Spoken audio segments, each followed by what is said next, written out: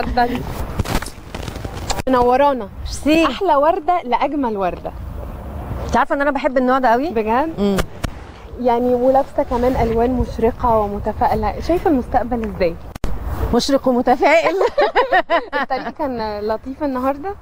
الطريق كان كويس يعني، ماشي هو الحال. معقول يعني، هو ان شاء الله في تحسن يعني، هو يا رب مستنيين. وبعدين مده الحجر طولت اكتر. ايوه، ففي امل بقى ان احنا ان شاء الله لازم يبقى في امل يا رب. وميرسي خالص على اصغر بوكيه ورد.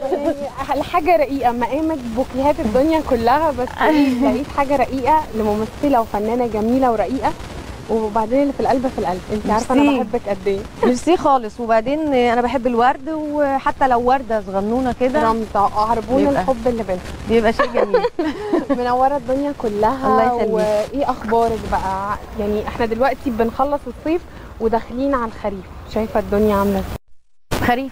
خريف. وفي ناس كتيره جدا، او بمعنى اصح مصر مشتى مش مصيف. صح، بالظبط. فان شاء الله منتظرين. انت بتتفائلي كده وبتبقي مبسوطه مع تغيير الفصول ولا بتاثر فيكي؟ ما عرفتش، انما جايز ما ركزتش. لا ما قعدتش ما قعدتش راقبت روحي يعني انا بيحصل لي ايه، بس غالبا فعلا بيبقى مع تغيير الفصول الواحد بيبقى ساعات مزاجه منيق كده. احلى فصل انت بتحبي ثانيا بحب الشتاء لطبيعته يعني. الواحد بيعرف يلبس كذا حاجه بكذا لون يعني فاهمه، في اناقه كده. انما الصيف بنضرب اي حاجه على اي حاجه بننطلق. واحد مش طايق نفسه من الحر. باليرينا جميله وابداع وبدايات كده يعني. احنا عرفناكي في افلام الابيض والاسود وانت صغيره جدا. وانا 4 سنين صغيره جدا. ما انا اهو لسه بقول صغيره جدا جدا يعني. وبعدين بعد كده انقطعتي شويه، اهتميتي شويه بالباليه، وبعدين رجعتي انطلقتي انطلاقه فنيه جامده جدا في السينما يعني والتلفزيون. لا يعني بصي، هو ده تاريخ طويل يعني. انا لما دخلت معهد الباليه دخلت وانا عندي 9 سنين. خرجت منه وانا عندي 17 18 سنه.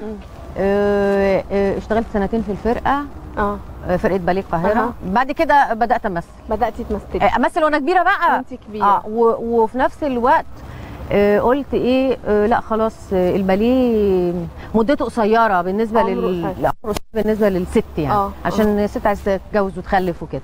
فقررت ان انا تبقى شغلتي التمثيل. بس ايه الحب الاول؟ لا بصي، هو الباليه دراسه. حبيته بالاجبار. بالاجبار. مش اختيارك؟ لا مش اختياري، ده كان لا كان اختيار بابا الله يرحمه. الله يرحمه. لكن الحب الحقيقي ممكن نقول السينما والتلفزيون والتمثيل، ولا برضو انت شايفاها مهنه؟ حكي الدكه دي بتقول كلام كتير قوي على فكره. لا مش عارفه صح. طب ايه رايك نقعد نتكلم اكتر؟ يا ريت. ريحي كده ونشرب حاجه. يلا بينا مشاهدينا، هنبدا معاكم القناه. اتفضلي نورونا. ميرسي.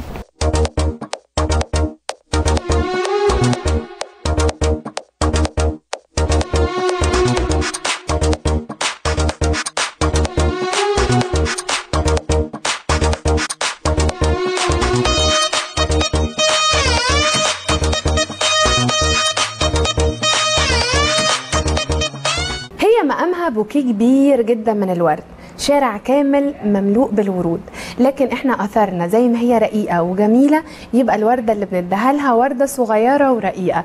هي فنانه مميزه جدا، لسه مكملين معاكم المشوار.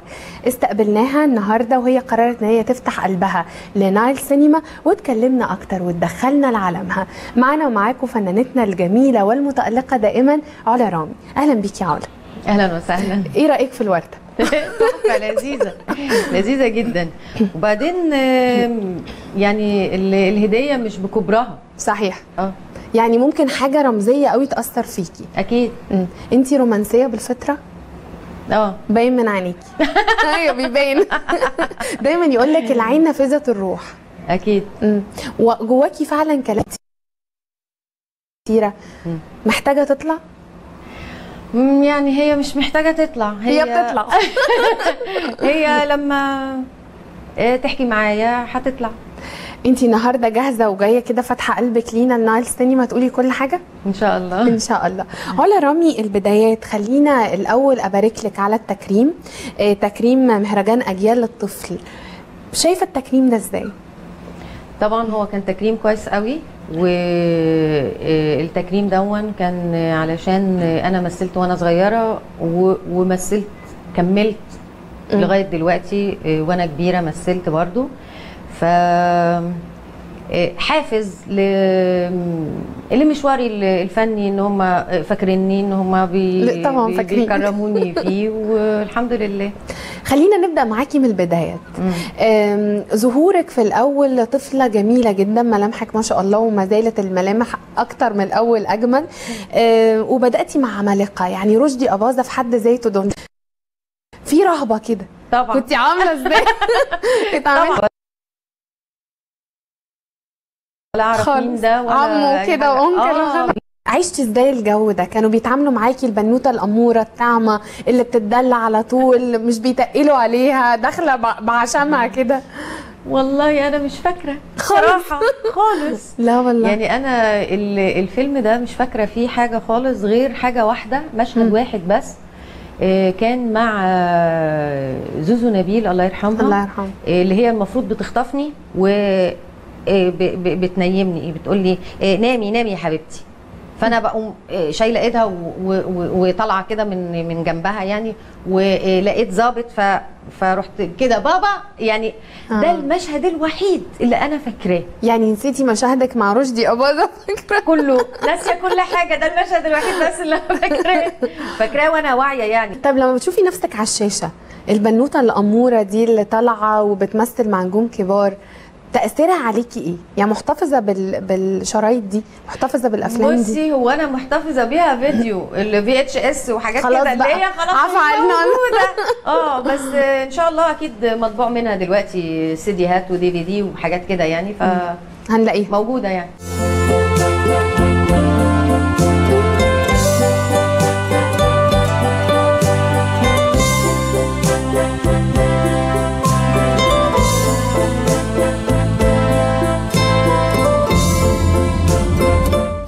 بتعاملي بفطرتك، بتتعاملي زي ما انت شايفاهم، مفيش الرهبه. لو مثلتي معاهم دار الزمن ورجعنا لزمن الفن الجميل ومثلتي معاهم، اكيد هيبقى في مسؤوليه اكبر، في رهبه طبعا. اكتر.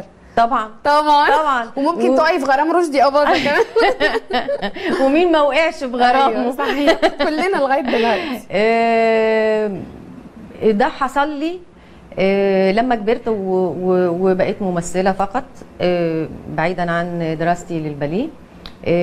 في اول يوم تصوير ليا في رأفت الهجان، واعيه بقى وكبيره وفاهمه وشايفه الاستاذ محمود عبد العزيز نجم كبير وانا لسه ببتدي وصغيره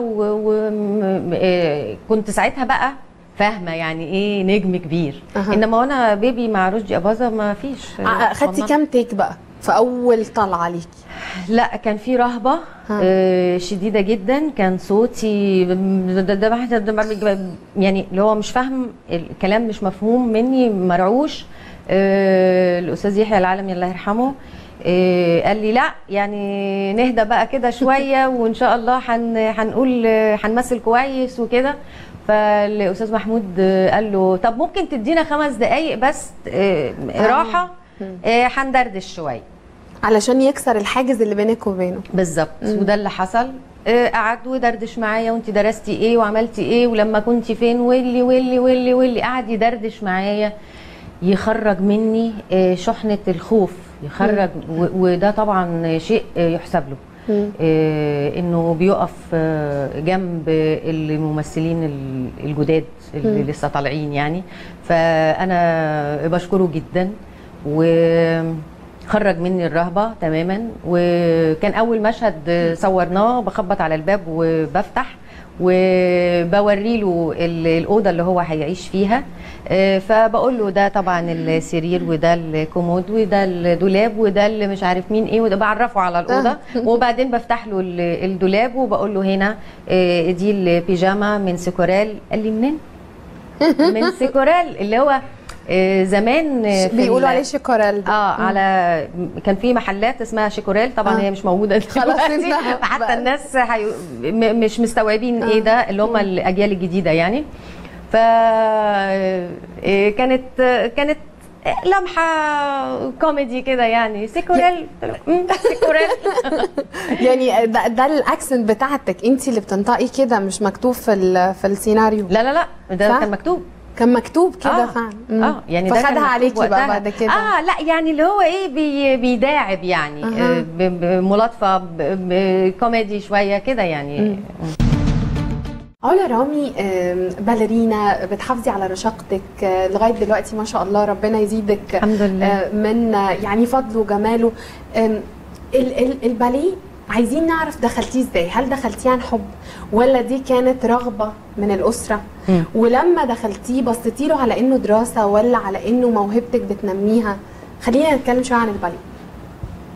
بصي، واحنا صغيرين يعني انا واخواتي كنا عادي زي كل الاطفال اشقيه عادي يعني بتحصل.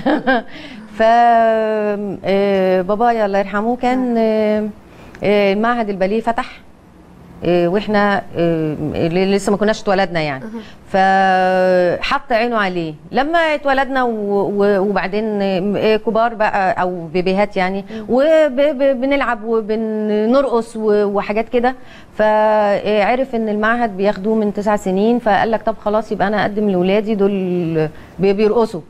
فالرغبه الاساسيه كانت من بابا.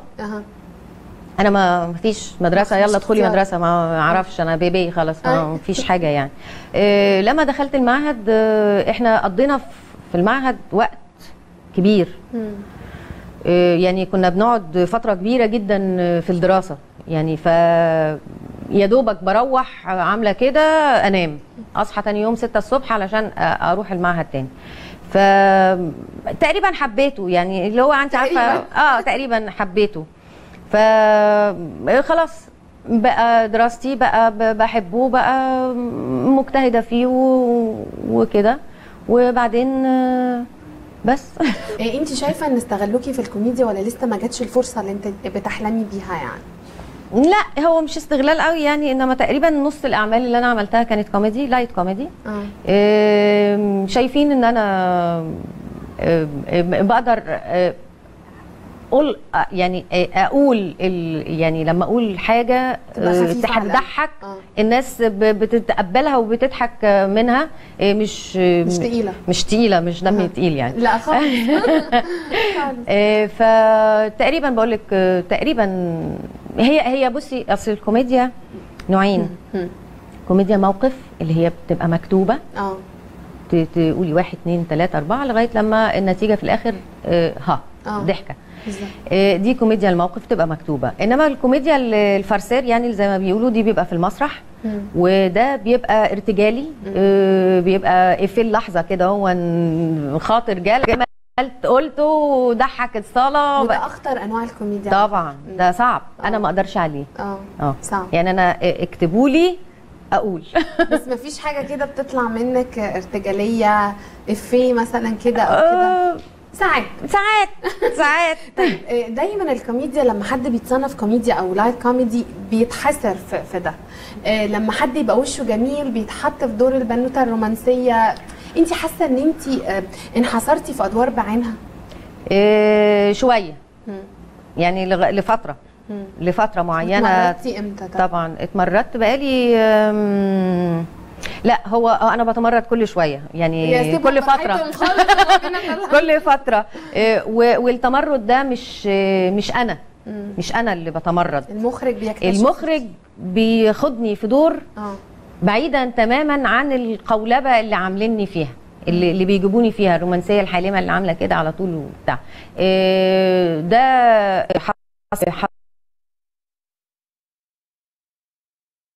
حصل لي في سعدة السيرة الهلالية، حصل لي في ركلام، طيب خلينا برضو نتكلم عن دور مهم في مشوارك الفني، بس ايه رأيك نطلع فاصل ونرجع تاني؟ اسمح لنا؟ مشاهدينا فاصل قصير جدا وهنعود اللقاء بيكم مرة تانية مع فنانتنا المتألقة دائما علا رامي.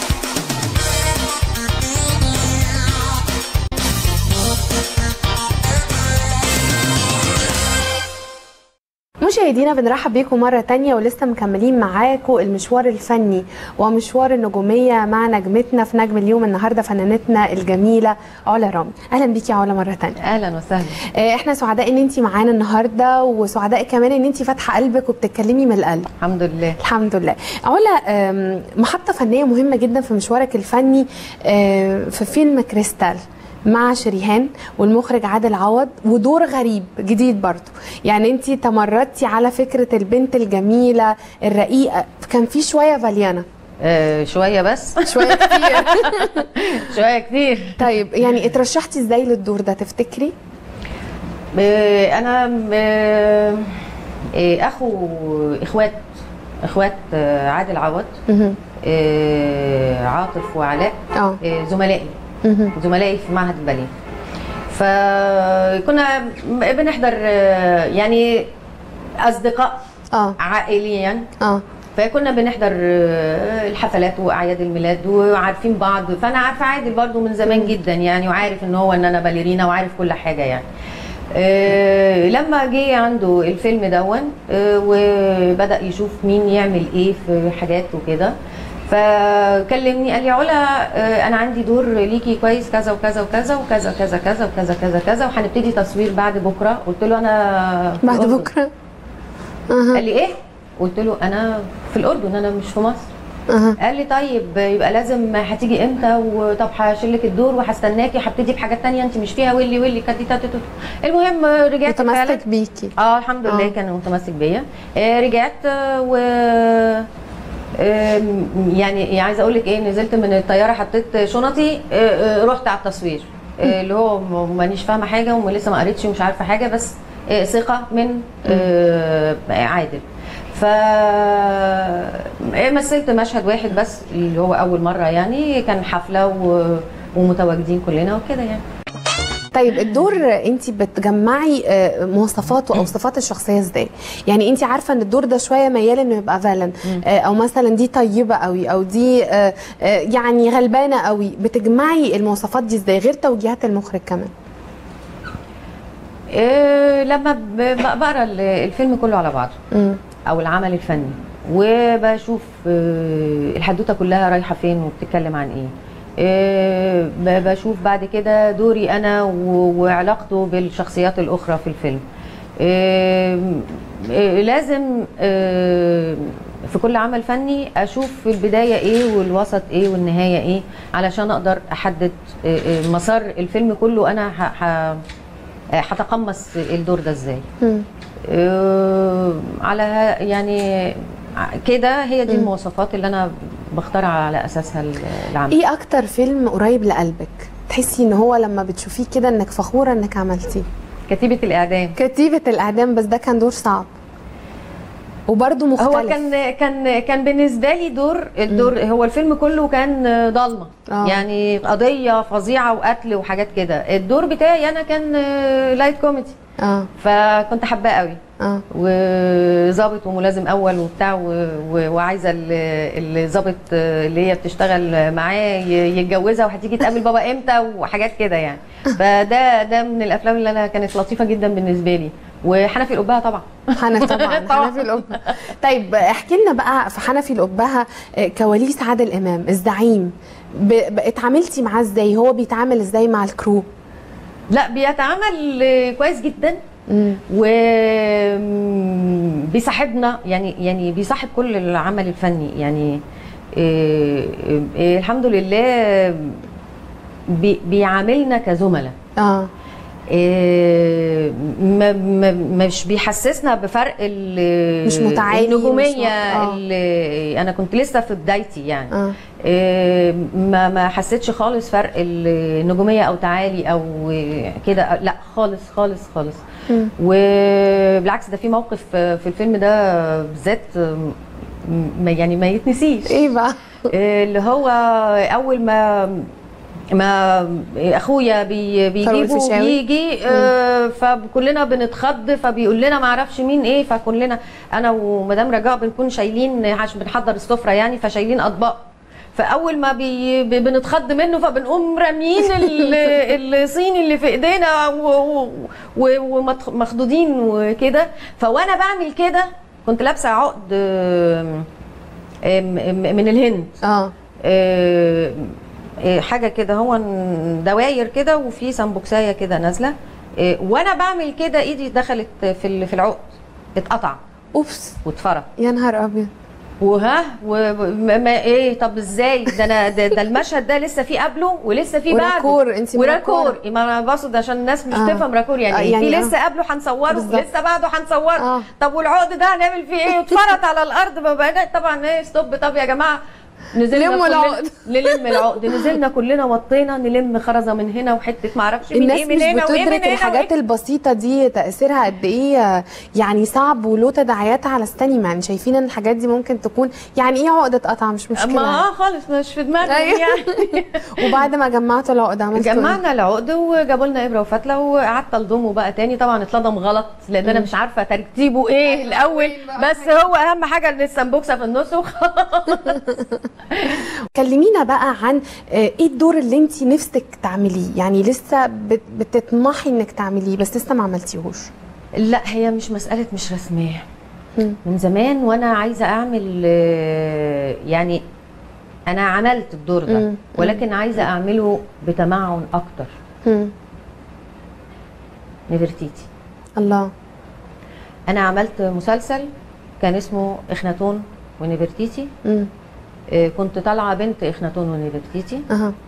فكان طبعا كل المسلسل فرعوني، اللي بوريك بقى الصفراء والحمراء والخضراء والبتاع اللي هي الحاجات الشعر دي اللي مش عارف صناعي.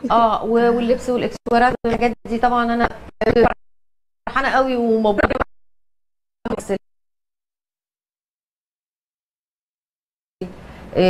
واعمل لغه عربيه كان صعب. انما الحمد لله عدى يعني كده. فانا من الحاجات اللي انا عايزه اعملها نفرتيتي، عايزه احلق اقرع خالص والبس تاج. وشعرك هيهون عليكي؟ هيهون عليا. اذبح يا زكي اذبح. ممكن نقول ان علا رامي جواز دخولها لعالم الاضواء ملامحها الجميله؟ لا. ايه السر في ايه؟ طبعا مثلت وانا صغيره، ده موضوع ماليش يد فيه، ماليش اي فضل خالص. الفيلم الاولاني اللي هو من بدايه ما دخلت يعني اني امثل تاني يعني وانا كبيره، كان صاحب الاداره بواب العماره. كان انتاج واخراج وقصه وسيناريو وحوار ناديه سالم، هي خريجه معهد سينما. كان الفيلم ده بطوله ناديه الجندي وعادل ادهم، وكان انا دوري في الفيلم باليرينا وليا رقصات وليا في المعهد تدريبات والبتاع. كان من خلال ان انا باليرينا وبمثل يعني الاثنين مع بعض.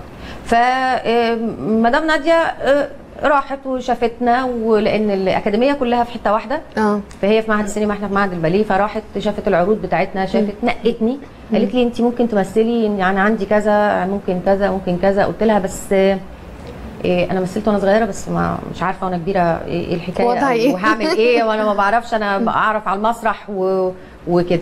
فقالت لي لا عموما الدور بالاكتريه رقص باليه، فاللي تمثيل الكلام هيبقى قليل وهراعي ده قلت لها طيب خلاص بنجرب وكده يعني. وبدات وعملت الفيلم، وده كان لما بدات امثل تاني وانا كبيره. ما كانش من خلال الوجه الجميل، كان من خلال ان انا باليرينا. ايه الفرق ما بين علا رامي في وقت ظهورك وطلوعك في عالم الاضواء وبين مثلا ناس زي نادين ونيلي كريم اللي كلهم ويسرى اللوزي كلهم برضو بداوا باليرينات؟ يعني هل برضو نفس الدخله؟ هل انت شايفه ان الباليه بيساعد؟ بتبقي ممشوقه القوام، بتعرفي ازاي ترسمي الحركه، ولا ده ملوش علاقه؟ بيبقى ممكن بيسهل عليكم المشوار؟ هو بيسهل على المخرج ان هو ازاي ينتقيكي يعني بدل الكاستنج وكده. لان الخفه الحركه من خلال الدراسه اللي احنا درسناها، فبتبص تلاقينا لينا ماشيه معينه، صحيح، لينا وقفه ستايل. لما هاجي مثلا انا واقفه كده وحد هيكلمني، فلما الف له هلف له بطريقه مش عارف شكلها ازاي.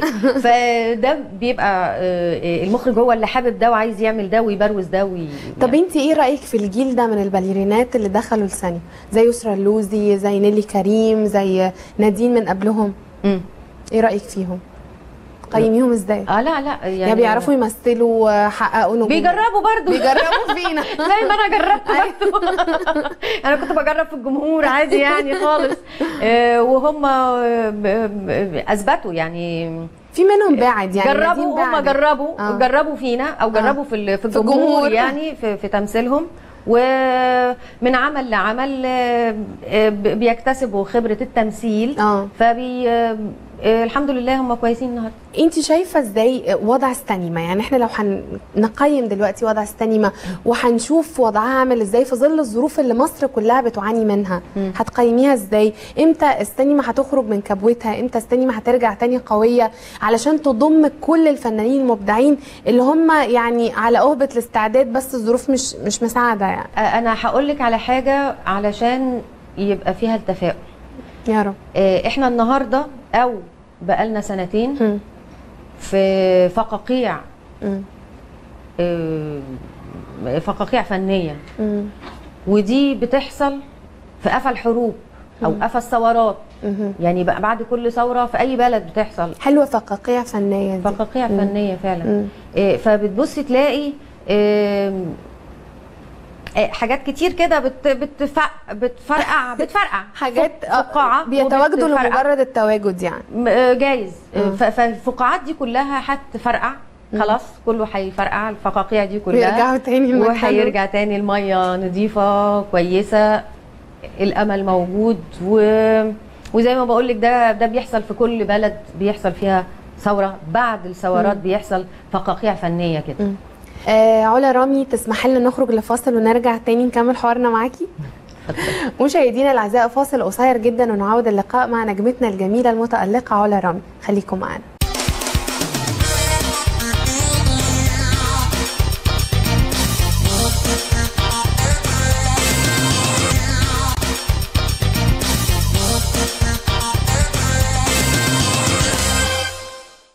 اهلا بيكي يا علا، منورانا. اهلا بيك.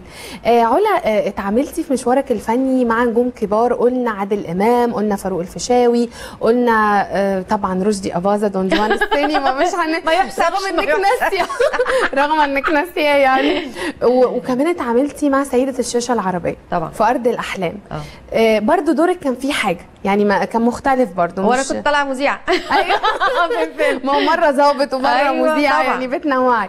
كلمينا شويه عن كواليس الفيلم ده، التعامل مع فاتن حمامه، دورك، كلمينا اكتر عنه. طبعا فيلم ارض الاحلام انا انبسطت جدا ان انا اختاروني ان انا ابقى في الفيلم واشترك فيه، وعرفت ان اللي اختارني للفيلم انا وهشام سليم، عشان احنا الاثنين طلعنا اخوات في الفيلم يعني، ان مدام فاتن حمامه هي اللي اختارتنا، قالت انا عايزه علا رامي وهشام سليم هم اللي يبقوا اولادي. الله.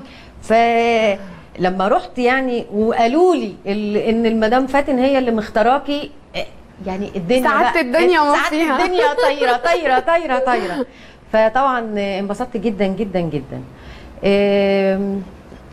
كواليس العمل ده كانت مريحه وجميله، وكلنا كنا سايبين ايدينا، عايزين بنحب الشغلانه يعني، وعايزين بنحب كلنا ادوارنا وعايزين نعملها حلو وكده. فكنا في راحه نفسيه جميله جدا عملناه بحب يعني. افتكر مشهد في يوم كنا بنصور في شقه في الكوربه مصر الجديده. المفروض طبيعه المشهد ان ماما انا جايه لها، فمالك يا بنتي في ايه؟ قلت لها ايه في ايه؟ قالت لي انت كان شكلك متضايق ومخطوفه كده، ولما طلعتي عشان كنت طالعه مذيعه زميله زميله فشكلك على الشاشه، ما انت في ايه؟ حصل ايه؟ ليه كده؟ ايه اللي حصل لك؟ قلت لها لا مفيش يا ماما، بس كنت تعبانه شويه، كان عندي صداع مش عارف ايه بتاع. دي طبيعه المشهد، ان ام ملهوفه على بنتها. فاليوم ده هنصور المشهد ده، اول مشهد في اليوم يعني. لما رحت فروحنا وجهزنا وعملت شعري وعملت مكياج، ومدام فاتن موجوده بتجهز برضو، فعديت. صباح الخير يا فندم، ازي حضرتك؟ ايه ده؟ حصل ايه؟ لا بصت لي ولا ردت عليا ولا هزت دماغها ولا حاجه خالص، كاني هوا معدي ولا انا مش موجوده.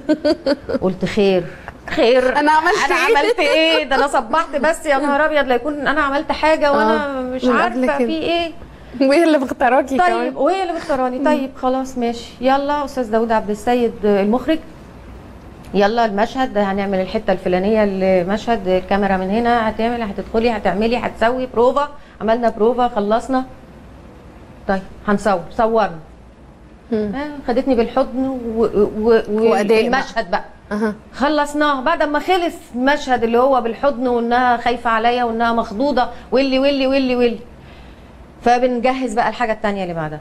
فقلت لها مدام فاتن، هو انا غلطت في حاجه؟ قالت لي لا. قلت لها انا زعلتك في حاجه؟ قالت لي لا. قلت لها امال انا حضرتك واحنا بنجهز المشهد عديت وقلت لك صباح الخير وانت ما قلتليش حاجه. قالت لي بصي اتعلمي حاجه. الله. قلت لها يا ريت. قالت لي احنا المشهد اللي هنصوره دلوقتي ملهوفه على بنتها وخايفه عليها وعايزه تسالها مالك فيكي ايه. قلت لها مظبوط ده المشهد. قالت لي انا لو كنت سلمت عليكي بقى قبل ما امثل وعادي كده واهلا ازيك يا علا يا حبيبتي وبقينا اصحاب وحبايب الصبحيه كده قبل واحنا بنجهز يعني، لما اجي اصور المشهد احساسي هيطلع ازاي؟ ان انا مخضوضه عليكي وملهوفه وعايزه اطمن عليكي واخدك في حضني واطبطب عليكي. انا مبهوره على فكره. قلت لها طبعا انا متشكره جدا لان دي المصداقيه في الاداء. صحيح. وحضرتك استاذه عظيمه وبنتعلم منك. دورك في ريكلام كنا احنا في اول حلقه قلنا هنتكلم عنه، ده بقى اللي بجد انت مش غيرتي جلدك يعني، انت خفت واعتذرت 3 مرات. استهدي بالله كده. استهدي بالله. فقريت قلت لا ده انا كويس ان انا اعتذرت، لا ده انا لازم اعتذر تاني. لا اعتذرت. كلاكيت تاني مره. كلمنا الاستاذ علي رجب المخرج، قلت له لا انا ما اقدرش اعمل النوعيه دي من الادوار، وانا ازاي هطلع؟ لا انا ما ينفعش ولا لا. قال لي لا ايه اللقات الكتيره دي؟ هتعملي الدور ورجلك فوق رقبتك وهتشوفي انك وانا براهن عليكي وانا عملت وانا سويت. عملتيه تحت التهديد السلاح يعني. عملته تحت التهديد الفني، تحت الاستفزاز الفني، تحدي واستفزني جدا. قال لي يعني ايه وانت مش ممثله ولا ايه؟ هتعملي الدور وهتشوفي وانا براهن عليكي و قعدت انا والاستاذ علي رجب دماغنا في دماغ بعض كده. ايه لون شعرها على اني هصور ويحصل ان مش عارف ايه ما يحصلش، فنقعد نتكلم في الشخصيه. الحمد لله ربنا وفاني ان انا قفشت الشخصيه كويس وعملتها بكل ثقه. يعني كأن هي انا كده. لو الدور ده اتعرض تاني عليكي علا توافقي؟ او دور مشابه بيسير بيكي في نفس الاتجاه او نفس نوعيه الافلام الجريئه او الادوار الجريئه؟ بصي ما هيبقى على حسب الفيلم نفسه. لان طب التجربه دي لو اتحطيتي انك مش هتعمليها تعمليها تاني؟ هعملها بطريقه تانية، بأداء تاني مختلفة. مش هيبقى نفس سكة اللبس والذهب والجلابية والطرحة، هيبقى اللعب بالوش اكتر وبتاع الحاجات دي كلها. لا هعمله ابسط، مش ابسط، ممكن يبقى اوفر اكتر، معرفش على حسب الورق بس طريقة مختلفة. اكيد.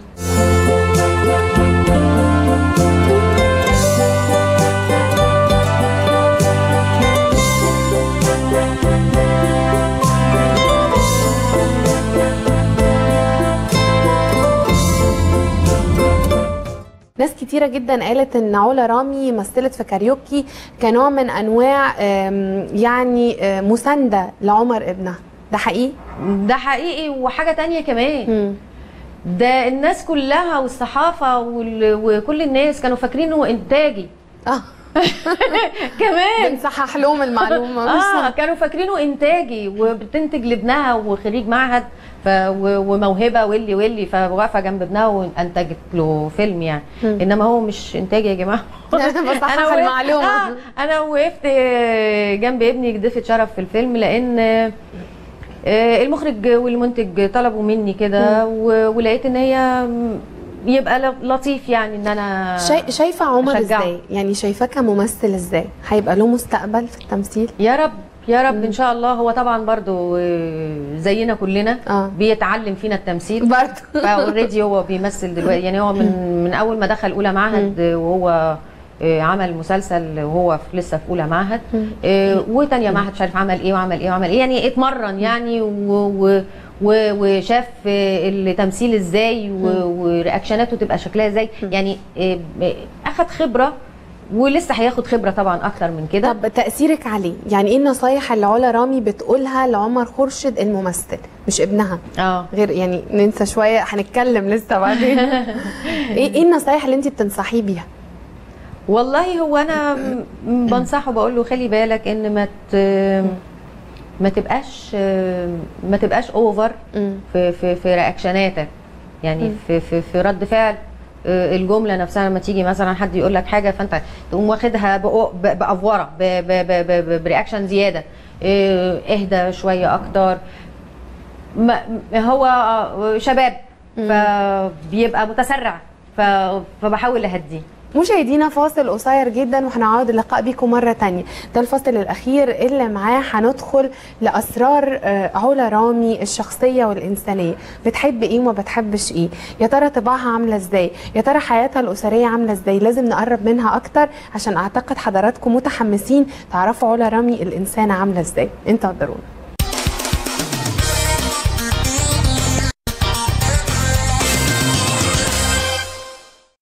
مشاهدينا بنرحب بيكم مرة تانية ولسه مكملين معاكم بنبحر في عالم علا رامي.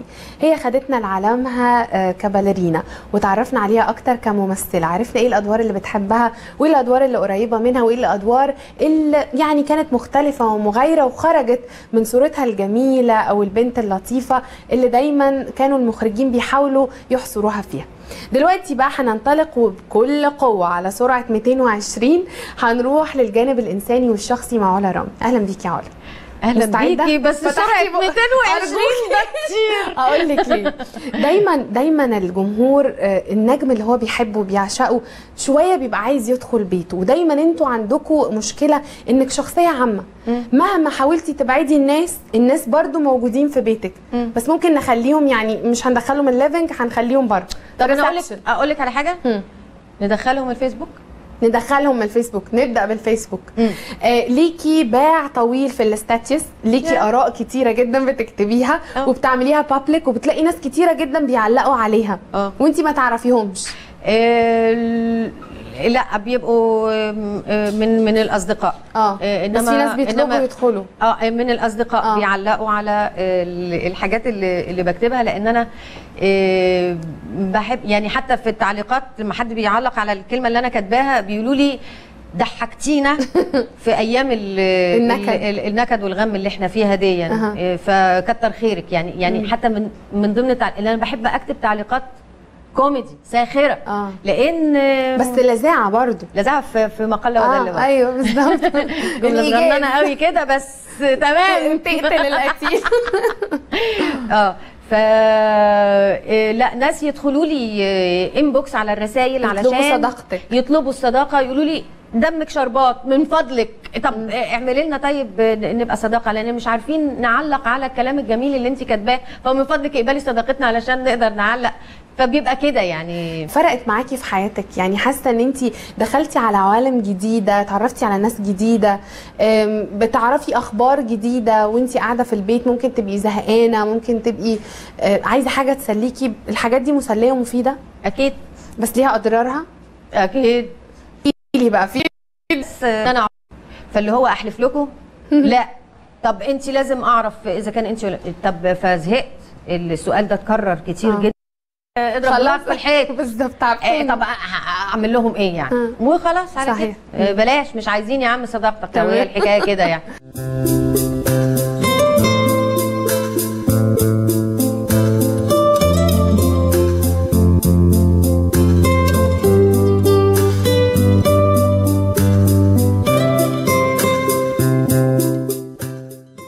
لو عايزين ناخد صورة عائلية ليكي، مين اللي هيبقى في الصورة دي؟ اكيد عيلتي. مين بقى؟ عرفينا. عمر ومين؟ امي ربنا يديها الصحه يا رب. بابايا الله يرحمه الله يرحمه من 5 سنين. ابني عمر. اختي اللي اصغر مني. دي العيله الصغيره. لو هنكبر العيله شويه هيبقى سحر وحسين. طب ليه قلتي في اول صوره اختك الصغيره وما قلتيش سحر وحسين؟ عشان سحر يعني دول اللي احنا عايشين في بيت واحد. ايوه تمام. انا عايشه في بيت العيله. علاقتك يعني مع سحر دايما يعني احنا بنشوف دلوقتي في ثنائيات هم شقيقات وكل حاجه، بس بنلمح فيهم حته الغيره شويه يعني باينه، وهم حتى دايما كل ما يتكلموا يقولوا لا احنا مش بنغير من بعض، بس دايما النفي بيبقى جواه في حاجه جوه حاجات. علاقتك بسحر هل كان في غيره فنيه، غيره عائليه؟ يعني مثلا كان بتركزي؟ سحر سبقتني في دخول معهد الباليه. يعني هي باليرينا قبليه. دخلت انا المعهد، بقينا احنا الاثنين باليرينات، بس هي اكبر مني. اتخرجنا. هي عملت اعلانات، وبعدين عملت فوازير بتاعت سموره دي اللي هي فطوطه. وبعدين بدات تمثل. كنت انا اتخرجت من المعهد، حصل ان انا عملت الفيلم بتاع الباليه وكذا ومش كذا وكذا كده يعني. في فتره في ناس منتج كلم سحر، قالوا عايزينك في كذا كذا وبتاع وحاجات كده. هون قالت لهم طيب ماشي، هو ما ينفعش تاخدوا علا؟ ليه طيب؟ قلت له بس انا حامل. ففي اعمال كتير بتتعرض على سحر بيبقى ظروفها ما ينفعش تعملها، فتقول له طب خدوا علا. وفعلا ده اللي بيحصل فعلا، ويكلموني واشتغل العمل ده.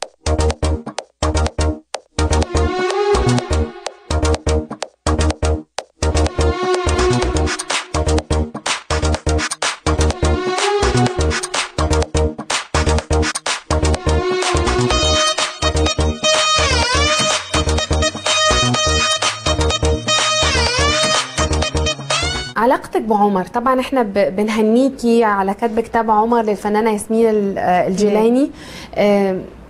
انت اكيد طايره من الفرح، لكن جواكي كأم وبرده علاقه الام بابنها بتبقى اقوى بكتير. بالظبط. ايوه من الاخر بدوق الكلام يعني.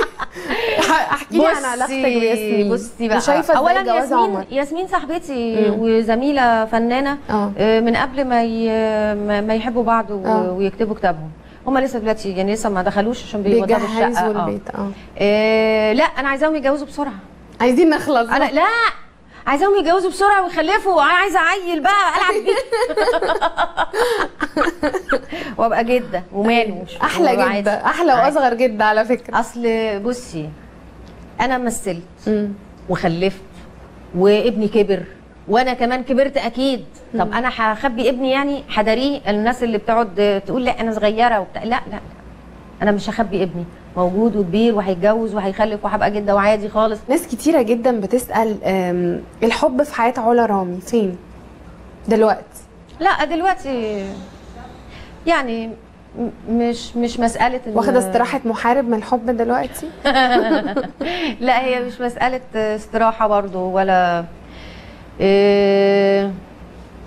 انا خلاص وصلت لمرحله ان انا عايزه اكمل حياتي. تستقري؟ مش استقرار، على ان ما انا الحمد لله مستقره في بيت العيله يعني ما عنديش مشكله. لا استقرار عاطفي. انا بقصد عايزه اكمل حياتي. صح، حلوه الكلمه دي. عايزه اكمل حياتي مع راجل يصوني ويخاف عليا ويحبني ويكون في موده ورحمه بينا. ده شيء مهم جدا طبعا. اكتشفته طبعا مع مرور الزمن. اختياراتي كانت خاطئه في بعض الاحيان، وما ربنا الحمد لله يعني ما توفقتش في ان انا ابقى مستقره مع زوجي يعني.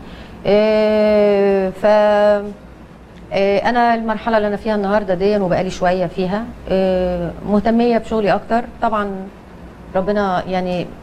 ربنا يعافي مصر ويشفيها من الوعكه الصحيه اللي هي فيها، ومهتميه بشغلي وعايزه اهتم بشغلي اكتر واكتر وبس.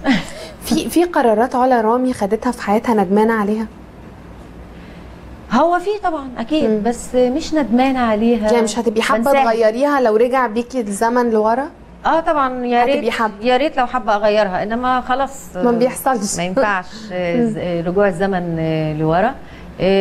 انما خلينا في اللي جاي، وان شاء الله اصح يا رب. وانا يهمني شغلي بالاكتريه. ولا ما فيش مشروعات دلوقتي بسبب الظروف اللي بتمر بيها مصر؟ وايه اللي نفسك تعمليه؟ انا بصراحه يعني نفسي الواحد يشتغل ويرجع تاني، لان القعده الواحد بينشف بيصدي فيها. ده ان شاء الله لما حال البلد يتعدل واحده واحده كده ان شاء الله هيبقى كل خير. حاجه تانية جديدي، انا كنت عملت فيلم قصير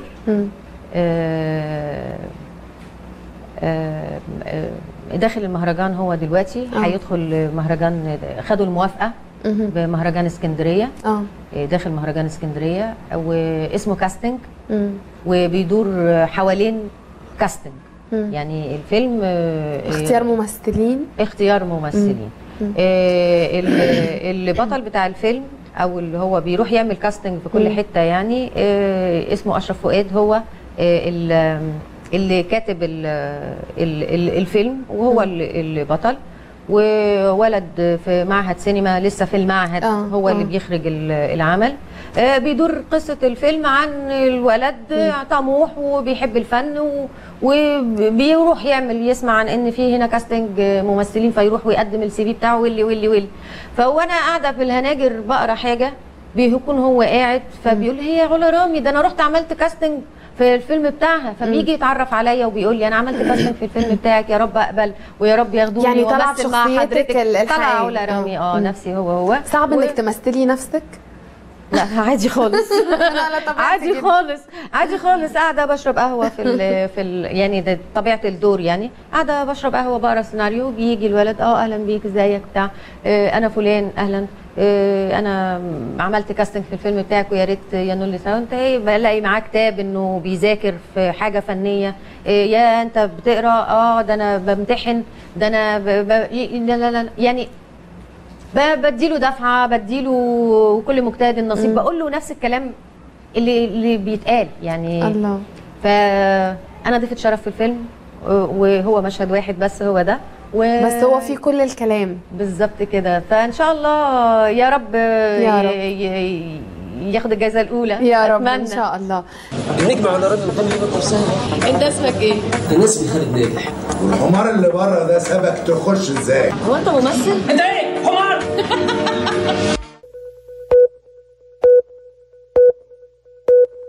علا رامي انت نورتينا النهارده، انا كنت سعيده جدا بلقائي بيكي. يا رب دايما مقبله متفائله متحققه، دايما عندك جديد عايزه تقدميه، عندك حاجه عايزه تقوليها. طبعا احنا متابعين كل الاستاتيس الخاصه بيكي على الفيسبوك. فيعني ربنا يوفقك يا رب، واسعدتينا النهارده. شكرا ليكي. ميرسي قوي قوي قوي. ميرسي.